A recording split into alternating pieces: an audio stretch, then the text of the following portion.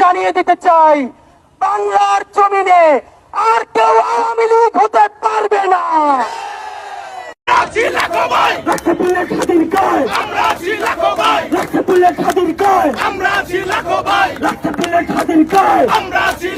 আমরা কেউ target killing থেকে মুক্ত না।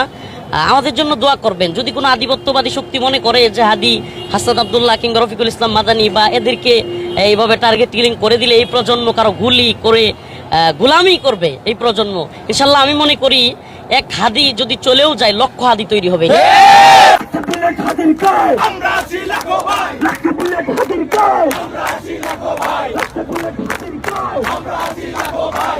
আমি তো ভীষণভাবে প্রত্যাশা করি, আমি ছোটবেলা থেকে এই স্বপ্নটা দেখি, অনেক জায়গায় বলেছি যে একটা তুমুল মিছিল হচ্ছে অন্যায়ের বিরুদ্ধে। সেই মিছিলের সামনে আমি আছি, কোনো একটা বুলেট এসে আমার বুকটা হয়তো বিদ্ধ করে দিয়েছে এবং সেই মিছিলে আমি হাসতে হাসতে আমি শহীদ হয়ে গেছি।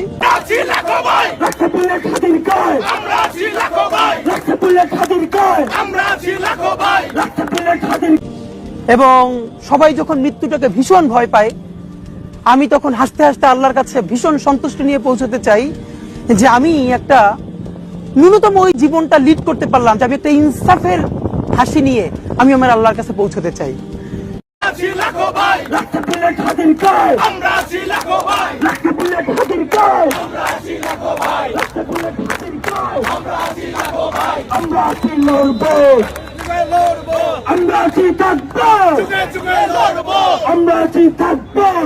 একজন প্রার্থী যত কম পয়সা খরচ করবে সে তত কম দুর্নীতিগ্রস্ত হবে, সে যত বেশি পয়সা খরচ করবে তার দুর্নীতি তত কম করতে হবে। তো জনগণকে ঠিক করতে হবে তার প্রার্থী যেন টাকা খরচই করতে না পারে। আমি যদি আপনারা চা খাওয়াতে না পারি, আমি যদি 1 লাখ মানুষের চা খাওয়ানো না লাগে, তাহলে সেই টাকা তো আমার পকেটে থাকলো, তাহলে তো আমার চুরি করা লাগবে না। সুতরাং জনগণেরই বলতে হবে যে আমরা চাও খাবো না, বিস্কিটও খাবো না, কিন্তু তুমিও চুরি করতে পারবা না। আমাদেরকে সবাই বলতেছে যে আমাদেরকেও টাকা দিবা না, তুমিও টাকা খাবা না। এটাই, আমরা 1 পয়সা হারাম খাবো না, হারাম নিবো না। আর এক আওয়ামী লীগ হওয়ার চেষ্টা করবি না, আর এক আওয়ামী লীগ হওয়ার চেষ্টা করবি, সবথেকে ধৈরা একেবারে রাজপথে ফাঁসি দিব বাচ্চারা। আমার বাইরে গুলি করে সাহস হয় কেমনে? আমার ভাই জীবনে দল নেওয়া যায় না। গতবার 5ই ডিসেম্বর শাহজাহানপুর গেছে, আমি কইছি ভাই একা যায় না ভাই, ওইটা তো মির্জা আব্বাসের এলাকা, আপনারা তো ভাই মারবো। আমি যে জায়গায় যাবো 50 জন আমার লগে আইবো, তো করে কেউ লাগবো না। আমার ভাই এত সাহসী, আমার ভাইয়ের জানের মায়া নাই। উনি তো বইলে গেছে যে এক দেশে এক ওসমান আদি আছে, আরো আইবো। আমার ঘরে মারলে কিছু হইব না, কিন্তু আমার ঘরে বাড়ি মারবো কি লেগা?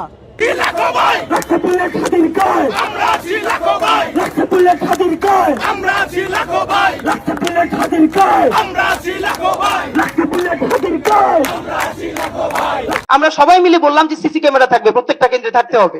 নির্বাচন কমিশন লিখিত আকারে দিল সিসি ক্যামেরার কোনো দরকার নাই, কারণ সিসি ক্যামেরা হলে রাষ্ট্রের অনেক খরচ বেঁচে যাবে, মানে খরচ হয়ে যাবে।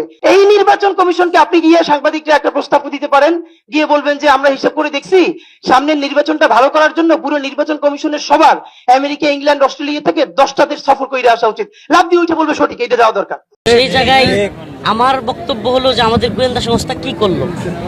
গতকালকে তফসিল ঘোষণা হলো, আর আজকে সন্ধ্যায় একটা মানে গুরুত্বপূর্ণ পার্সন এভাবে গুলিবিদ্ধ হইলো, তাও ঢাকার প্রাণ কেন্দ্র একবারে মেইন রোডের মধ্যে। এটা আসলে গোয়েন্দা ব্যর্থতা ছাড়া আর কিছুই না। আমি মনে করি যে এটা অবশ্যই গোয়েন্দা সংস্থার ব্যর্থতা রয়েছে। অবশ্যই আমরা আশা করব যে আরও যারা গুরুত্বপূর্ণ পার্সন আছে, যারা বিশেষ করে এদেশকে ভালোবাসে, ভারতীয় আধিপত্যবাদের বিরুদ্ধে বারবার রুখে দাঁড়িয়েছে, তাদেরকে অবশ্যই নিরাপত্তা দিতে হবে।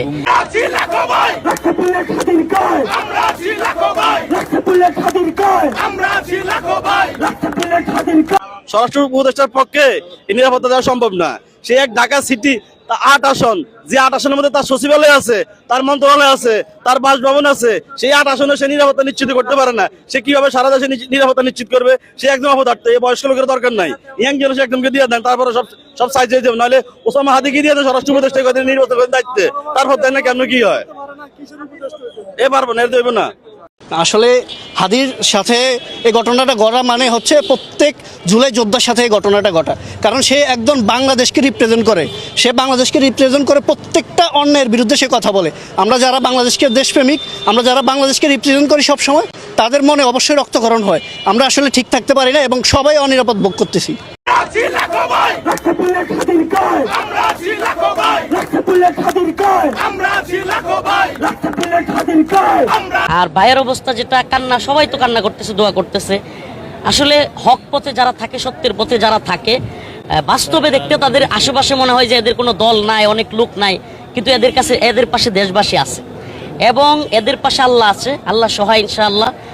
আর হাদি ভাইয়ের জন্য দোয়া চাই, হয়তো ওনাকে আবার কেয়ারও নেওয়া হবে, আমি নিজে দেখে আসছি ভিতর থেকে, প্রস্তুতি চলছে, হয়তো আবার কেয়ারের দিকে নেওয়া হবে। তো ভাইয়ের জন্য আমি সকলের কাছে দোয়া চাই। আমার কেন জানি মনে হচ্ছে ভারতীয় আধিপত্যবাদীরা, মানে এখনই বলা তো যাচ্ছে না, বাকি যদি হাদি ভাই বা এই টাইপের লোক টার্গেট হয়, সাধারণভাবে প্রশ্ন আসে যে কারা টার্গেট করতে পারে এবং এতে কাদের ফায়দা। এই সমস্ত লোকগুলো যারা কিনা কারো কথা শুনে নাই, ভয় ডরহীনভাবে যে কারো বিরুদ্ধে, যে কোনো পরাশক্তির বিরুদ্ধে কথা বলতে পারা, এই বয়সে এসা, এটা চারটেখানি কথা না, এটা সবাই পারে না।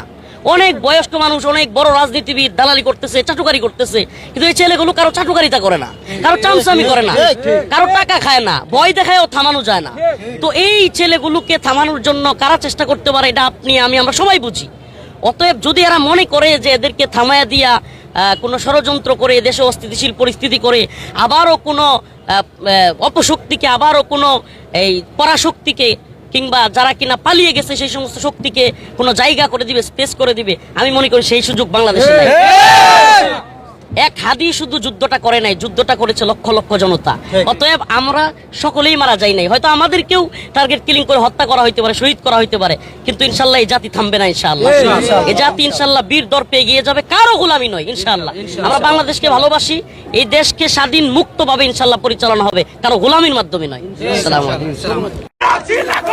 লাখপতির খাদির কয় আমরা আছি লাখো ভাই লাখপতির খাদির কয় আমরা আছি লাখো ভাই লাখপতির খাদির কয় ইনশাল্লাহ আমরা আবারও প্রতিরোধ করব। আমরা শরীফ ওসমান হাদি ভাইয়ের সাথে আছি। ওনার যে জুলাইয়ের স্পিরিট, আমাদের সেই স্পিরিট আমরা প্রত্যেকে ধারণ করি। আমাদের দল মত ভিন্ন হতে পারে, আমাদের ব্যানার ভিন্ন হতে পারে, কিন্তু জুলাইয়ের প্রশ্নে, বাংলাদেশের প্রশ্নে আমরা ঐক্যবদ্ধ। আমরা জুলাই বিপ্লবীদের প্রতি আহ্বান জানাই, আমরা ফ্যাসিবাদ বিরোধী সকল রাজনৈতিক পক্ষের প্রতি আহ্বান জানাই, ঐক্যবদ্ধ হন। আমরা ঐক্যের ডাক দিচ্ছি, আহ্বান জানাচ্ছি, এবং এই ষড়যন্ত্রের পিছে, এই হামলার পিছে, এই গুলির পিছে যারা দোষী, তাদেরকে অবশ্যই আগামী 24 ঘন্টার মধ্যে তাদেরকে গ্রেফতার করতে হবে। এই স্বরাষ্ট্র উপদেষ্টাকে গ্রেফতার করতে হবে, নির্বাচন কমিশনকে তার জবাব দিতে হবে, বাংলাদেশের প্রতিটি নাগরিকদের এবং জুলাই যোদ্ধাদের নিরাপত্তা নিশ্চিত করতে হবে। আমরা আজকে রাত থেকে মাঠে থাকব এবং যেখানে আমরা ফ্যাসিবাদীদের ষড়যন্ত্র দেখব, আমরা সেটা প্রতিহত করব। আমরা দেখছি